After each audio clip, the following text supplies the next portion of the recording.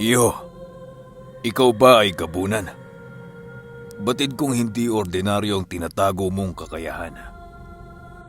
Wika ni Roming kay Gonzalo. Oo, ako po ay isang gabunan. Isa akong pinuno ng aming angkan sa aking baryong kinagisnan. Marami man ang pinagdaanan kong hirap at laban, hindi ko pa rin inililihis ang aking paniniwala na palaging mananaig ang kabutihan. Sagot naman ni Gonzalo. Nang marinig ito ni Roming, pinili nitong tabihan si Gonzalo. Di pa man sila noon nakakainom, pero pakiramdam noon ni Gonzalo, tinatamaan na ng alak ang kaibigan ni Pio Carpio. Sa paglapit nito sa kanyang kinaroroonan, agad naman siya nitong inakbayan at muling kinausap. Siya nga pala, Gonzalo.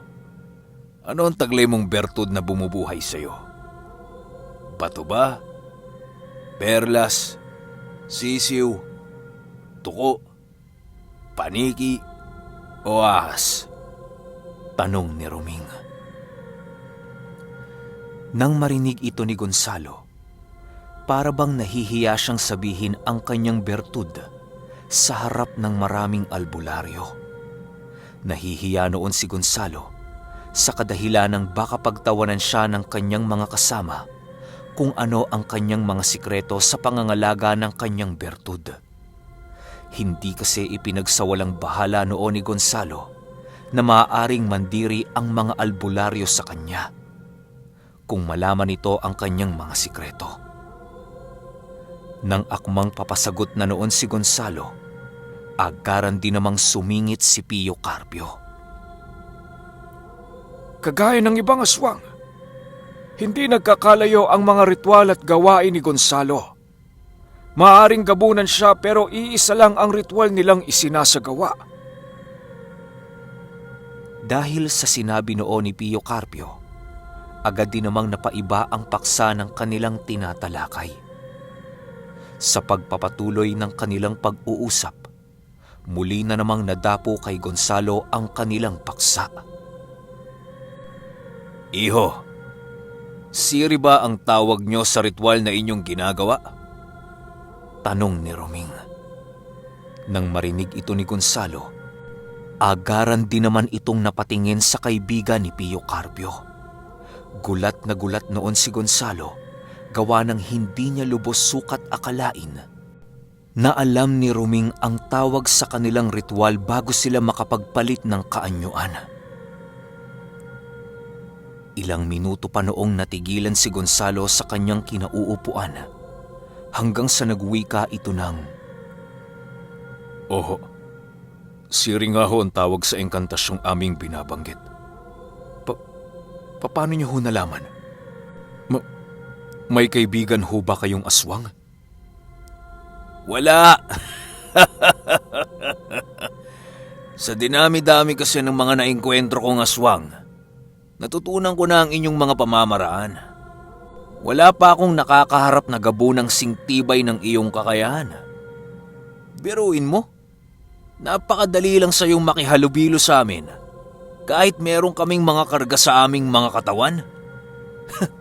Grabe ang tatag mo, ha? Sagot naman ni Roming. Nang marinig ito ni Gonzalo, doon niya naunawaan kung paano nalaman ni Roming ang tungkol sa kanilang engkantasyon. Ilang minuto pa ang lumipas, nagpatuloy na sila Pio Carpio sa kanilang hapunan. Ang natitirang 3 galon ng tuba ay muli nilang pinagsaluhan sa pagsapit ng lalim ng gabi. Bale, doon sila nag-inuman sa bakuran ng tahanan ni Roming sa kadahilanang masyadong maliit ang kanyang kubong tinitirhan. Sa pagtagal ng kanilang pag-iinuman, maraming nabanggit si Roming tungkol sa babalang ibinigay sa kanila ni Tatay Dadoy. Ayon kay Roming, meron nga siyang nakikitang mga maranhig na nadadapo di kalayuan sa bundok na kanyang tinitirhan. Ayon pa ulit kay Roming, na kadalasan sumasalakay ang mga maranhig sa baryo ng Siokon. Hindi ito masyadong natutunugan ng mga ito, gawa ng may kakayahan ang mga maranhig na lasunin ang kaisipan ng sinong makakasilay sa kanilang mga gawain. Kapag natitigan ng isang maranhig ang isang ordinaryong tao, makakaya na nitong burahin ang mga memorya ng nais nilang alisin sa biktima. Swerte na kung iisipin tanging pagbura lamang ng isipan ang gagawin ng isang maranhig sa isang ordinaryong tao. Maraming pwedeng mangyaring nakakakilabot sa isang ordinaryong tao kapag ninais ng maranhig na kitilan ito ng buhay. Ang kadalasan na nagiging biktima o pagkain ng mga maranhig ay ang mga taong merong malakas na kaluluwa na nananahan sa kanilang mga katawan. Aalipinin nila ang taong yon hanggang sa dumating ang puntong manghina na ang espiritual at pisikal na kaanyuan ito. Sa oras na maabot na ng biktima ang limitasyon ng kanyang sarili, doon na isasagawa ng mga maranhig ang kanilang kakaibang estilo ng pagpatay ng tao. Kapag tuluyan ng nawalan ng buhay ang biktima, doon pa lamang ito lulubayan ng mga maranhig. Dagdag pa ni Ruming na ang mga maranhig ay kadalasang walang kakayahang makapaglakad sa araw. Kapag nalalapatan kasi ng sikat ng araw ang kanilang katawan, ay lumiliyab ang kanilang mga balat. Kapag hindi nila nagawang sumilong, maaaring matusta sila sa sikat ng araw. Pero may mga iilan sa mga maranhig ang may kakayahang maglakad sa sikat ng araw. Hindi alam ni Ruming ang sikreto ng mga maranhig na nakakapaglakad sa araw, gawa ng wala pa siyang nakakaengkwentrong ganoong uri. Kung meron man, maaaring isa yon sa mga datu ng mga maranhig na nangangalaga sa pangkalahatang kaanib ng kanilang angkan. Hindi ninais o pinangarap ni Ruming na makaharap ng kahit iisang maranhig dahil ayon sa kanya, di hamak na mas mapanlin lang ang mga maranhig kesa sa aswang. Akala mo, mag-isang naglalakad ang maranhig sa gabi. Pero wala kang kaide-ideya sa mga kasama nitong nagtatago sa mga puno. Maaaring ang maranhig na yung masilayan ay isa lamang sa kanilang mga patibong upang makakuha ng taong merong malakas na espiritual na kaanyuan. Matapos makapagkwento ni Ruming, tila ba nabuo sa isipan ng pangkat ni Pio Carpio ang misyong paglipol sa mga maranhig. Hinihintay lamang noon nila si Pio Carpiong magsalita tungkol sa desisyong kanilang nais gawin sa Siokon. Doon kasi nila napagtanto na maaaring iisa-isahin sila ng mga maranhig dahil sa lakas ng karga nila sa kanilang mga katawan. Mulat na mulat din ang kanilang mga ulirat sa mahiwagang mundo, kaya maaaring maramdaman ng mga maranhig ang lakas ng kanilang espiritual na kaanyuan. Ilang minuto pa ang lumipas, biglang nagwika si Pio Carpio ng, Kung delikado sa kabundukan ng Siokon, mas delikado pala sa lugar kung saan tayo naroroon. Ngayon, maghanda kayo mga kasama dahil baka ito na ang sinasabi sa atin ni Dadoy na digmaan. Kung ganun ho, Ermitanyong Carpio, mag-aaklas ho tayo ng digmaan laban sa mga maranhig? Pagkumpirma naman ni Samuel. Nang akmang papasagot na si Pio Carpio, agaran din naman ang pagsingit ni Ruming. Huwag muna kayong magpadalos-dalos sa inyong mga desisyon. Sa ngayon, hindi nyo kailangan mag-aklas ng digmaan kontra sa mga maranhig. Ang mas mainam nyong gawin ngayon ay ang bantayan si Gonzalo. May kutob akong merong koneksyon ngayon ng mga kaganapan sa baryo sa pagdating nyo rito. Maaring merong hinihintay na panauhin ang mga maranhig na patungo sa lugar na ito. Kung hindi ako nagkakamali, ang panauhing yon ay si Gonzalo. Kakaiba ang pagiging gabunan ni Gonzalo at maging ang bertud na taglay nito. Sapat na itong basihan upang maintindihan ko ang maaaring maging plano ng mga maranhig. Nang marinig ito nila Pio Carpio, halos hindi nila maunawaan ang rason ni Roming. Hindi nila lubusang mawari kung papaano nagkaroon ng koneksyon ang itinatagong abilidad ni Gonzalo. Hindi man ito maipaliwanag ni Roming, pero yon ang sinasabi ng kanyang kutob. Sa pagpapatuloy ng kanilang inuman, wala silang napag-usapan kung hindi ang mga maranhig at ang mga natatangi nitong kakayahan. Dahil na rin sa kanilang usapan, kung kaya't kung saan-saan nadapo ang kanilang usapin tungkol sa mga nilalang na kung tawagin ay maranhig. Dahil sa henyo at dalubhasa si Roming, pagdating sa mga nakaraan at mga kwentong bayan, may nabanggit itong isang istorya na nagpataas ng mga balahibo nila Pio Carpio.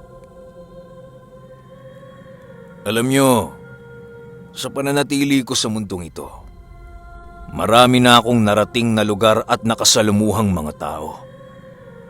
Sa pagtungo ko sa Tubahon, 16 na taon na ang nakakaraan.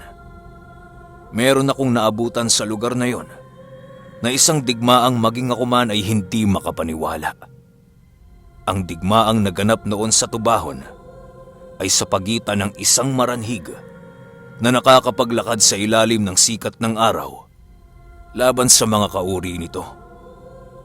Hindi ko man mawari kung ano naging dahilan ng kanilang pag-aaway, ay labis akong napahanga ng taong yon. Roble ang kanyang pangalan at isa siyang maranhig na merong natatanging abilidad. Kahit dalawa lamang sila ng kanilang maestro, hindi sila natinag sa dato ng mga maranhig na minsang namuno at namahala sa buong dinagat. Wala akong nakitang ni isang aswang doon sa lugar. Gawa ng ayon sa mga matatandang naninirahan doon, karamihan sa mga aswang ay pinapatay o di naman kaya'y inaalipin ng mga maranhig. Wala akong masyadong impormasyon sa taong nagngangalang Roble, sa kadahilanang tanging mga sabi-sabi lamang ang kumakalat sa Tubahon. Kilala mo naman ako, Carpio. Tsismoso akong tao kaya hindi ko pinalagpas ang pagkakataong yon. Minsan ko na ding nakita ang maestro ni Roble na si Ginoong Jimino sa lugar ng Tubahon. Jimino ang buong pangalan nito, pero kilala to sa pangalang Jem sa kanilang lugar. Alam kong hindi mo alam yon, Carpio, dahil kasalukuyan kang naglalakbay nun. Ewan ko lang kung alam ni Ginang Sedes ang digmaang yon. Pagkwento ni Roming. Dagdag pa ni Roming na meron ding sabi-sabi noon na nakuha ni Roble ang iniingatang kayamanan ng mga maranhig. Tinatawag itong kalis na hindi mawari kung saan ang galing. Hanggang doon na lamang ang nalaman ko sa katauhan ni Roble. Pero labis ako napahanga sa aking mga nalaman. Kung sana'y meron tayong kaanib ang naglakas loob na isali si Roble sa samahan, maaring isa din to sa maging pundasyon at pinagkakatiwalaan ni Mamang. Dagdag pa ni Roming. Anong hindi alam? Kilala ko din si Roble, Roming. Putok na putok din ang pangalan niyan doon sa Bacolod. Halos karamihan ata ng mga matatanda na nabubuhay pa noong dekada 70. Kilala ang uri ng mga maranhig dahil sa ginawa noon ni Roble. Sagot naman ni Pio Carpio. Kasabay ng pagwika nito ay ang pagtawanan ng dalawa. Halos sila Pio Carpio lang at si Roming ang nakakaalam sa kung anong nakakatawang bagay ang kanilang pinagtatawanan. Sa pagpapatuloy ng kanilang inuman, halos gumulong na ang ibang kasama nila sa kanilang kinauupuan. Hindi nila noon napagtanto na ang tubang kanilang itinago ay halos naging suka na ang iilan sa mga ito. Dahil na rin sa kalasingan, kaya hindi ininda nila Pio Carpio ang iilang suka na akala nila'y tuba. Matapos nilang mag-inuman, nadatnan sila ng umaga sa mismong bakuran ni Roming. Hindi na nila nagawa pang makapasok sa kubo nito dahil sa walang humpay na kanilang pag-iinuman noong nagdaang gabi.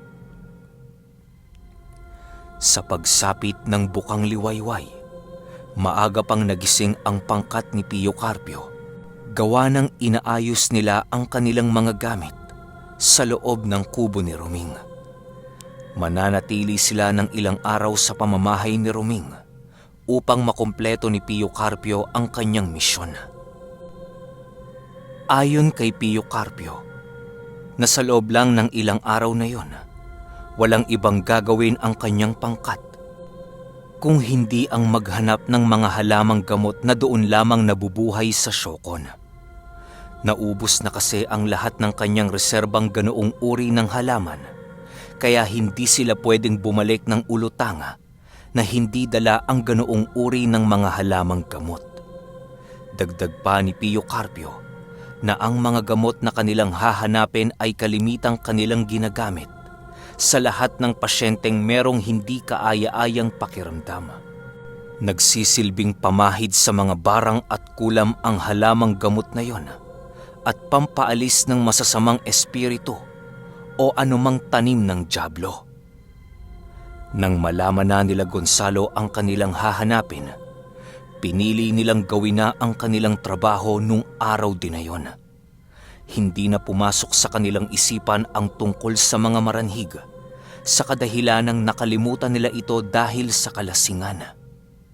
Nang maayos na nila Gonzalo ang kanilang mga gamit patungong bundok, nilapitan na nito si Roming at Pio Carpio upang magpaalam. Pio Carpio, Ginoong Roming, tutungo na ho kami ng bundok upang maghanap ng mga halamang gamot. Wika ni Gonzalo. Sige Gonzalo, mag-iingat kayo ha. Sila Samuel, sabihan mo na bago sumapit ang tanghali, nakauwi na dapat kayo. Tutungo tayo sa bayan sa pagsapit ng hapon upang kahit papaano'y maaliw naman ang ating mga sarili. Nang marinig ito ni Gonzalo, tumangulang naman ito at tumalikod sa kanyang kinaroroonan. Matapos yan, agaran din silang umakyat ng bundok upang hanapin ang pinapahanap ni Pio Carpio. Sa pag-akyat nila Gonzalo sa bundok na yon, halos pigil hininga ang iilan sa mga kasama ni Gonzalo sa bawat paghakbang nila sa napakataas na bangin na kanilang dinaraanan. Animoy isang maling hakbang mo lamang sa lugar na yon, siguradong mahuhulog ka sa banging yon. Awa naman ng Diyos, wala ni isa sa kanila ang napahamak sa pagdaan sa lugar na yon. Nang marating nila ang tuktok ng bundok, bumungad sa mga mata nila Gonzalo ang napakagandang tanawin ng paligid. Halos tanaw nila Gonzalo sa lugar na yon ang panabutan o maging ang siraway. Sa patuloy na pagsimoy ng malamig na hangin sa tuktok ng bundok, unti-unting inaalis nito ang pagod ng kanilang grupo. Ilang minuto lang na pagpapahinga, muli nang naghanap sila Gonzalo ng halamang gamot dahil sa tig-usbunga na ng mga halamang gamot noong mga oras na yon. Madali nilang napuno ang sisidlang pinapalagyan ni Pio Carpio ng mga halaman. Hindi pa man noon umaabot ng 12:00, tapos na ang trabahong ginawa nila Gonzalo. Upang sulitin ang mga sandaling naroon sila sa taas ng bundok, Pinili nilang maghanap ng punong pwede nilang limliman habang patuloy silang tumitingin sa napakagandang tanawin. Gonzalo, Kailan kaya ulit natin masisilayan ang napakagandang tanawing ito, no? Tanong ni Samuel. Palagi naman akong nakakasilay ng ganitong tanawin, Samuel eh. Gabi nga lang. Pabirong sagot ni Gonzalo. Habang nagpapatuloy sa pag-uusap noon sila Samuel, agaran din naman ang paglapit ng iilan sa kanilang mga kasama upang ipagpaalam sa kanilang dalawa ang pagbaba nila sa bundok. Nang narinig nila Gonzalong bababa na sila sa bundok na yon, agad din naman nilang pinasan ang kanilang mga dala. Sa pagdating nila sa tahanan ni Roming, nadatnan nila ang dalawang ermitanyo na abala sa kanilang mga gawain. Si Roming noong mga oras na yon ay nagluluto, samantalang si Pio Carpio naman ay abala sa pagsibak ng panggatong. Oh, Gonzalo, kumain na kayo. Kanina pa nakahanda ang pagkain ninyo. Lantakan nyo na yan habang mainit-init pa. Bungad na wika ni Roming pagpasok nila Gonzalo ng kubo. Salamat ho sa pagkain, Tiyo Roming. Sagot naman ni Gonzalo. Matapos nilang maibigay ang mga halamang gamot kay Pio Carpio, sabay-sabay din naman silang kumain sa hapagkainan. Sa pagsapit ng hapon, bumaba na sila Pio Carpio sa baryo upang mamasyal. Nais nilang makita ang kagandahan ng baryo ng Siokon na minsang iniwan ni Pio Carpio. Maraming alaala doon si Pio Carpio kung kaya't nais niya itong muling masilayan sa pagdating niya sa lugar. Habang sila ay naglalakad, panay ang pag-ikot ng mga paningin ni Pio Carpio na parabang may hinahanap ito. Pagdating nila sa sentro ng bayan, pinili nilang magmasid sa mga kabataang naglalaro. Sa loob kasi ng ilang linggo nilang paglalakbay, yon ang unang beses na makasilay sila Gonzalo ng maraming ordinaryong tao na nagkukumpulan. Bago pa man tumalikod ang haring araw sa lupain, nalibot na nila Gonzalo ang buong baryong kanilang tinungo. Bago nila nilisan ng baryo, ninais nila Pio Carpiong makabili ng kahit isang galong tuba na siyang iinumin nila sa pagsapit ng gabi. Sa paglalakad nila papauwi, naging maayos naman ang kaganapan. Walang kaide-ideya noon sila Pio Carpio na pinaglalaroan na pala noon si Gonzalo. Ang buong akala nila, walang nasisipat na kakaibang nilalang noon si Gonzalo. Pero nagkamali sila. Habang naglalakad sila papauwi, patuloy ang pagsipat ni Gonzalo sa kanyang anak na si Nognog. Hindi mawari noon ni Gonzalo kung paano nakarating si Nognog sa lugar, kaya naging palaisipan para sa kanya ang paglitaw nito. Hinayaan na muna ni Gonzalo ang mga pangitaing yon. Gawa ng ayaw niyang masira ang kasiyahan ng kanyang grupo.